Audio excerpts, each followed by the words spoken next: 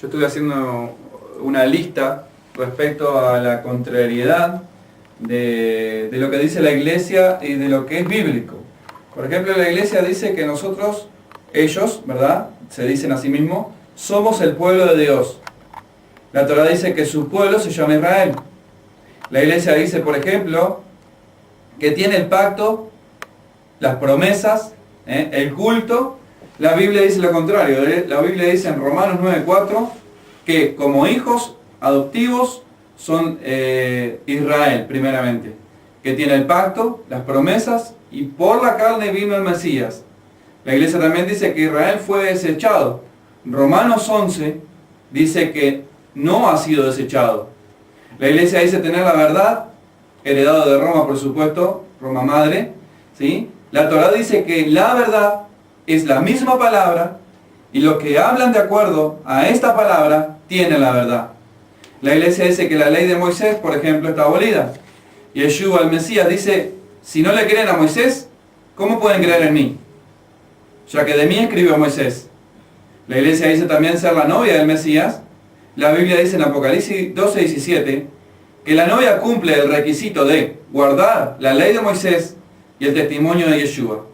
La Iglesia dice que se va al cielo en un rapto secreto, y la parábola del trigo y la cizaña, que está en el Brit Hadashah, en el pacto renovado, dice que los justos quedan en la tierra y que los impíos salen primero como la cizaña. La Iglesia dice que bendice la ciudad donde está. La Torá dice que es abominación hasta sus oraciones cuando no se cumple la Torá, cuando no se oye la Torá de Moisés. La Iglesia dice que ellos están dentro del pacto. La Torá nunca nombra algo llamado iglesia dentro del pacto, ni gentil. Jeremías 31:31, Hebreos 8, del 8 al 12. La Iglesia dice que Cristo clavó todo en una cruz, hablando de la ley mosaica. Y la Biblia dice que en Mateo 5:17, Yeshua dice, el Mesías, no he venido a abolir la ley mosaica, ni los profetas. La Iglesia dice, que cree y cumple todo lo que dice la Biblia.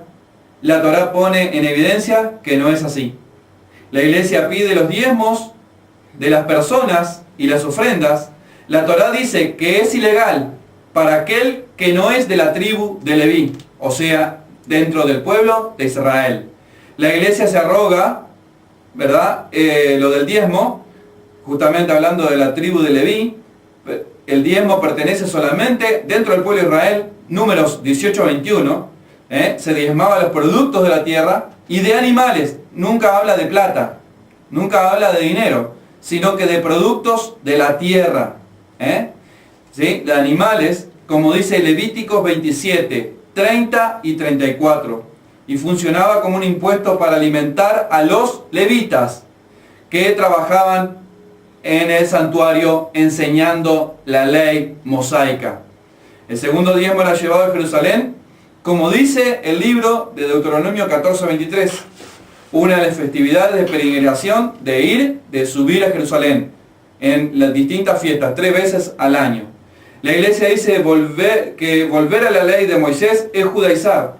La Torá dice que si no se cumple la ley de Moisés, estás maldito. Maldito todo aquel que no permaneciere en todas las cosas escritas que están en la ley de Moisés. Y el pueblo dirá, amén. Amén. Amén. Así que hay muchas incongruencias que estamos viendo, y hay muchos más, la Iglesia dice, que podríamos estar mucho tiempo aquí. Y que es una incongruencia con lo que dice la palabra. Por allí teníamos una palabra para confirmar, ¿sí?, en Proverbios, Mishle, y vamos a ir y que esté llamando a David para opinar sobre esto. Sobre todos los puntos que hemos visto en el estudio, hay mucha contrariedad, ¿verdad? De que tienen pacto, de que son el pueblo. Ya hemos visto que no.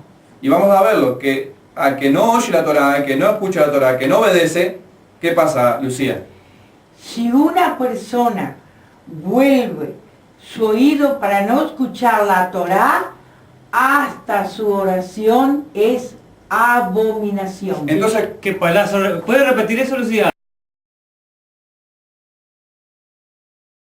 ¿Puede repetir eso, Lucía?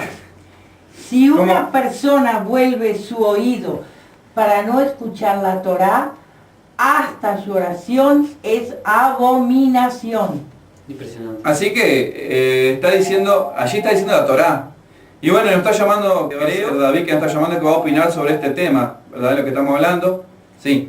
Así que vemos muchas incongruencias en lo que respecta a lo bíblico, ¿sí? Y a la utopía que hablamos. ¿Qué es una utopía? Una utopía es una fantasía. Algo inventado. Algo inventado, algo en la mente, algo, Que lo creen hasta verdad. pero que se repite y se cree que es verdad. Y muchas veces a mí me han hecho creer cosas que no eran ciertas. ¿Por qué? Porque ignoraba la Torá.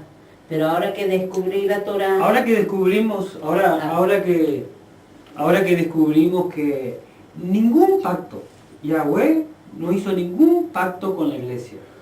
Jamás. Ni hizo ni lo hará. Ni lo hará.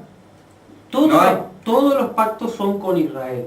Las promesas son para Israel. Romanos 9:4, ¿tenemos ahí la palabra? Sí.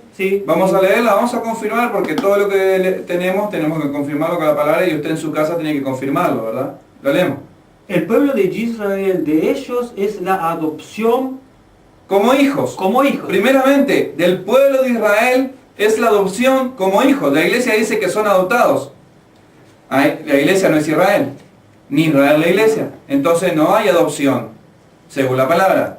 Si no eres Israel, no eres adopción. Primero. Segundo. La Shejina ha estado con ellos. Los pactos son de ellos. De la Sí, vamos a de la misma terminar la forma que palabra.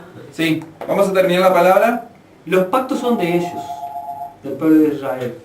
Y de la misma forma la Torá. La Torá fue dada a ellos. El servicio del templo y las promesas. Bien, ahí está. Bueno, capaz no vamos a tener tiempo según están diciendo, no vamos a tener tiempo para la comunicación con David, la vamos a dejar para el próximo programa.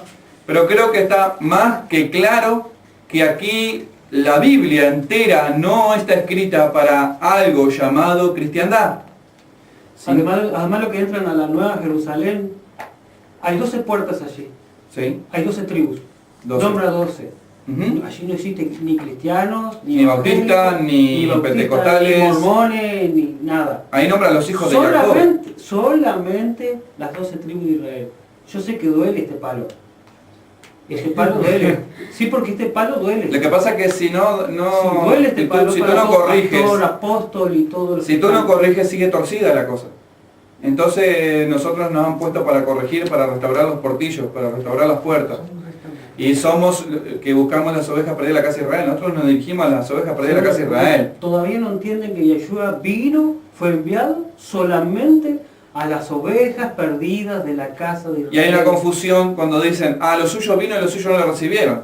Se piensan que todo Israel, entonces tendríamos que poner en la bolsa a la madre del Mesías, al padre del Mesías, a los discípulos del Mesías, a todos los que seguían el Mesías, porque todos los que seguían el Mesías del primer siglo eran todos hebreos. Pero no lo entienden ellos. No entienden. Amén. Que a donde vino él es a la casa de jueces, al Sanedrín, y ellos no lo recibieron como autoridad, no lo reconocieron como autoridad, pero muchos de ellos decían que era un buen maestro, hasta el día de hoy dicen, en el judaísmo ortodoxo. Así que está más que claro, como decíamos, que la incongruencia, ¿sí? La incongruencia que hemos visto, ¿sí? Así que bueno, nos despedimos hasta el próximo programa. Shalom para David. Shalom para David, que no nos pudimos comunicar. Shavua Tov. Y sigamos Netzavim, ¿sí? Ya David ya va a entender. Shalom a aquellos que todavía Para están pensando lo que les terminamos de decir, que son muchos, y este fue un palo, pero bueno, van a venir más palos, van a venir más palos. Shalom, shalom. Shalom. Gracias. Se ve que es un leñador.